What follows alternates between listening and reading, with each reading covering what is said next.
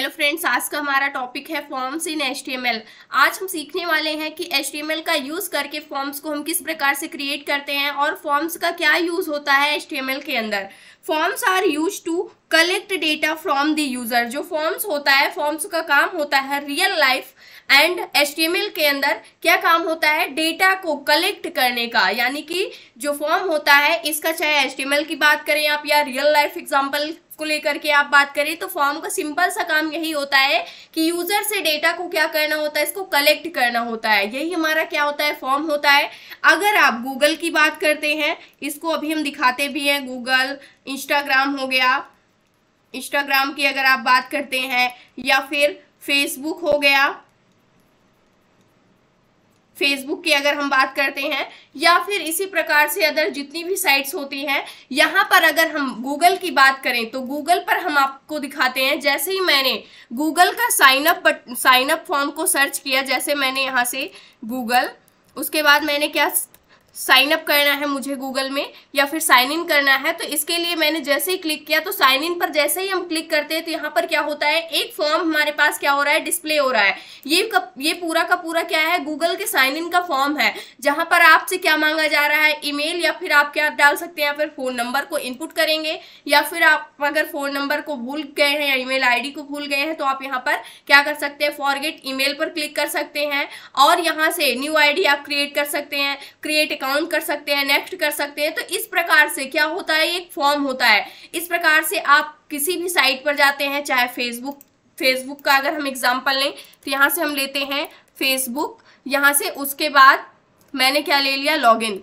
यहाँ पर फेसबुक पर अगर मुझे लॉगिन करना है तो इसके लिए यहाँ पर जैसे ही मैंने क्लिक किया, फेसबुक के लॉगिन पेज हमारे सामने क्या हो जाता है, ओपन हो जाता है, जहाँ पर आपसे फर्स्ट नेम, सरनेम, उसके बाद मोबाइल नंबर या फिर ईमेल, पासवर्ड आपसे यहाँ पर क्या पूछा जाता है, डेट ऑफ बर्थ यहाँ पर, उसके बाद जेंडर, यहाँ से सारी चीज़ें आपसे क्या की जाती हैं, फिल कराई जाती हैं। यानी कि जो भी डेटा होता है वो आपको क्या करना पड़ता है, इनपुट करना पड़ता है। उसके बाद आप क्या करते हैं, साइन अप की बटन पर, ये हमारी क्या होती है, बटन होती है साइन अप की, जो साइन इन है, साइन अप है, रजिस्टर है, सबमिट है, ये सारी हमारी क्या होती है, फॉर्म की बटन होती है। यानी कि पूरा डेटा आप फिल करने के बाद इस सबमिट बटन पर आप क्या कर देते हैं, क्लिक कर देते हैं। यानी यहाँ पर साइन अप बटन पर आप क्या कर देते हैं, क्लिक कर देते हैं, तो ये जो डेटा होता है ये हमारा क्या हो जाता है, यहाँ से क्या हो जाता है, पूरी तरह से सबमिट हो जाता है। फिर इसके आगे का प्रोसेस अगले नेक्स्ट पेज पर होता है। चाहे आपने इसको हम आगे चल करके थोड़ा डिटेल में पढ़ रहे होंगे जब हम जावा स्क्रिप्ट को सीखेंगे, कि जब हम किसी भी फॉर्म को सबमिट करते हैं तो उसका अगला एक्शन क्या होता है, किस प्रकार से वो काम करता है।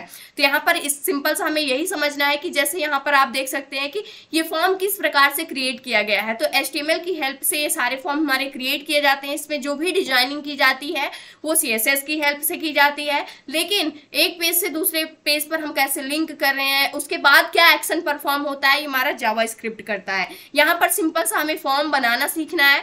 इसी प्रकार से आप इंस्टाग्राम का भी पेज देख सकते हैं। इंस्टाग्राम यानी कि जितने भी इंस्टाग्राम का लॉगिन पेज मैंने ओपन कर लिया, तो यहाँ से लॉगिन वाले पे जैसे ही क्लिक करेंगे इसका कुछ अलग फॉर्मेट होता है। यहाँ से आप देख सकते हैं फोन नंबर, पासवर्ड आपको, फिर लॉगिन पर आप क्लिक कर सकते हैं, लॉगिन इन विद फेसबुक के साथ आप कर सकते हैं। तो ये सारी हमारी क्या है, बटन है, जैसे लॉगिन हो गई, साइन अप हो गई, ये सारी बटन की हेल्प से क्या की जाती है, बनाई जाती है। इन सभी को, ये सारे हमारे क्या होते हैं, वो क्या कहते हैं इसको, ये सारे हमारे टैग होते हैं। जैसे बटन को हम पढ़ रहे होंगे, सभी का यूज करके हम क्या करेंगे, अपने फॉर्म को क्रिएट करेंगे। तो इसको एक एक करके हम सारी चीजों को डिटेल में पढ़ रहे होंगे। इससे पहले हम समझ लेते हैं और डिटेल में कि फॉर्म को हम किस प्रकार से क्रिएट करते हैं HTML का यूज करके।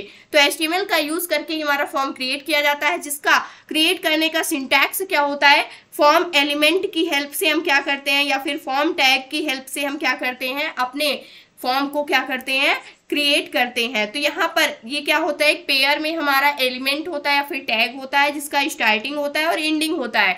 और इस फॉर्म एलिमेंट के अंदर, फॉर्म टैग के अंदर हमारा क्या आता है, फॉर्म का कंटेंट आता है। फॉर्म का कंटेंट कहने का क्या मतलब है, अगर फॉर्म के कंटेंट की अगर हम बात करते हैं तो इसका क्या मतलब होता है, यानी कि आप किस प्रकार का टेक्स्ट इसके अंदर इनपुट ले रहे हैं। कोई टेक्स्ट लेंगे, जैसे आपको नेम इनपुट कराना है तो इसके लिए आपको टेक्स्ट बॉक्स कोई क्रिएट करना होगा, यानी कि टेक्स्ट आएगा आपके फॉर्म के कंटेंट के अंदर, या फिर आपकी जैसे सबमिट हो गई, लॉगिन हो गई, ये सारी क्या होंगी, ये सारी बटन आएंगी। मोबाइल नंबर मान लीजिए आप इनपुट करा रहे हैं, डेट ऑफ बर्थ इनपुट करा रहे हैं तो आपके नंबर्स होंगे। इस प्रकार से बहुत सारी डिफरेंट चीजें क्या होती हैं, फॉर्म कंटेंट के अंदर हमारी आती हैं। तो यहाँ पर सबसे पहले क्या करना है, अगर आप सिंपली सा फॉर्म लिखते हैं तो आपका कोई भी एक्शन परफॉर्म नहीं होगा आपके वेब पेज के ऊपर जब तक उसके अंदर कोई कंटेंट नहीं होगा। फॉर्म के अंदर कंटेंट हमारे क्या क्या हो सकते हैं, टेक्स्ट हो सकता है, बटन हो सकते हैं, नंबर हो सकते हैं, इस प्रकार से बहुत सारी चीजें हो सकती हैं। जैसे ऑनलाइन किसी भी फॉर्म को हम फिलअप करते हैं,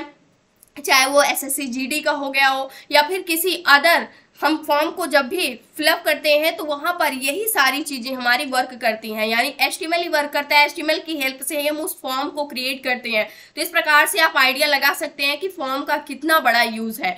तो इसके लिए सबसे पहले हम क्या करने वाले हैं, मान लीजिए मैंने यहाँ से सिंपल सा फॉर्म लिखा, यहाँ से बॉयलर प्लेट कोड को जनरेट करते हैं। उसके बाद मैंने यहाँ पर क्या लिख दिया, यहाँ से मैंने एक फॉर्म को क्रिएट कर लिया, फॉर्म टैग को मैंने यूज किया और क्रिएट किया। इसके अंदर सारा कंटेंट आता है। अभी तो हमने कंटेंट के बारे में कुछ पढ़ा ही नहीं है, एक एक करके धीरे धीरे हम क्या कर रहे होंगे, जितने भी इसके डिफरेंट एलिमेंट्स हैं, एट्रीब्यूट्स हैं जो कि कंटेंट के अंदर आते हैं, जितने भी कॉन्टेक्स्ट हैं, सभी को हम क्या कर रहे होंगे, पढ़ रहे होंगे। अभी के लिए हम इतना आपको दिखाते हैं और इसको हम क्या करते हैं, हमारा पेज है, वेब पेज है, इसको रिफ्रेश करते हैं तो यहाँ पर डॉक्यूमेंट नेम है हमारा टाइटल जो कि हमें दिख रहा है, लेकिन यहाँ पर हमें कोई भी डेटा डिस्प्ले नहीं हो रहा है। मैंने फॉर्म टैग लिख तो दिया लेकिन उसके अंदर जब तक कोई कंटेंट नहीं होगा तब तक हमारा जो वेब पेज होगा बिल्कुल ब्लैंक होगा, यानी कि कोई भी डेटा उसके अंदर नहीं होगा।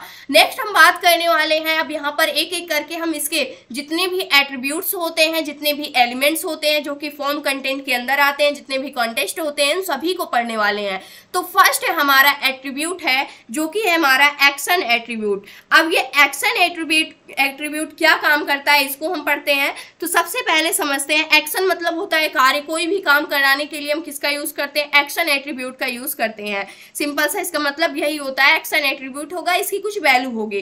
तो इसके लिए action attribute is used to define what action needs to be performed when a form is submitted और where the form data should be send. यानी कि एक्शन एट्रीब्यूट का क्या काम होता है, इसका यूज हम ये डिफाइन करने के लिए करते हैं कि what action need to be performed, यानी कि क्या एक्शन परफॉर्म करने की आवश्यकता है, when a form is submitted, जब कोई भी फॉर्म क्या होता है, सबमिट किया जाता है। यानी कि जैसे हम साइन अप बटन पर क्लिक करते हैं, लॉगिन बटन पर क्लिक करते हैं, पूरा फॉर्म फिल करने के बाद जैसे ही हम सबमिट बटन पर, किसी भी बटन पर क्लिक करते हैं जो पूरे डेटा को सबमिट करती है, तो उसके बाद where the form data should be send, यानी कि उस डेटा में क्या एक्शन परफॉर्म होना चाहिए और वो डेटा फाइनली सबमिट होकर के कहां पर सेंड होना चाहिए, ये काम हमारा क्या करता है, एक्शन एट्रीब्यूट डिफाइन करता है। यानी कि अगर आप समझें तो एक्शन एट्रीब्यूट क्या करता है, मुझे एक तरह से क्या दे देता है, एड्रेस दे देता है। कोई एक एड्रेस बता देगा, एक एड्रेस दे देता है जो हमारा एक्शन एट्रीब्यूट होता है, दे देता है कि फॉर्म सारे के सारे डेटा को इस एड्रेस पर भेज दो। यानी कि ये डिफाइन कर देता है जो हमारा एक्शन एट्रीब्यूट होता है कि जो भी फॉर्म का डेटा आपने कलेक्ट किया हुआ है, जैसे ही आप सबमिट करते हैं वैसे ही एक्शन एट्रीब्यूट आपको एक एड्रेस पर एक एड्रेस को बता देता है कि इस एड्रेस पर आप ये सारे डेटा को सबमिट करके क्या कर दें, सेंड कर दें। यही काम होता है हमारे एक्शन एट्रीब्यूट का। लेकिन ये काम कैसे करता है, यानी कि यहाँ पर एक्शन एट्रीब्यूट सिंपल सा ये काम करता है। अभी तो यहाँ पर ये सारी चीजें हम डिटेल में नहीं सीखने वाले हैं, एक्शन एट्रीब्यूट की वर्क कैसे करता है डिटेल में। जैसे कि अगर यहाँ से सिंटैक्स देखें, जो हमारा फॉर्म होता है इसी के अंदर ही हमारा एक्शन एट्रीब्यूट क्रिएट किया जाता है। एक्शन एट्रीब्यूट को इसी के अंदर क्रिएट करते हैं। उसके बाद ये हमारा क्या है, ये हमारा एट्रीब्यूट है। उसके बाद जो URL है ये क्या है, ये एट्रीब्यूट की हमारी क्या है, वैल्यू है।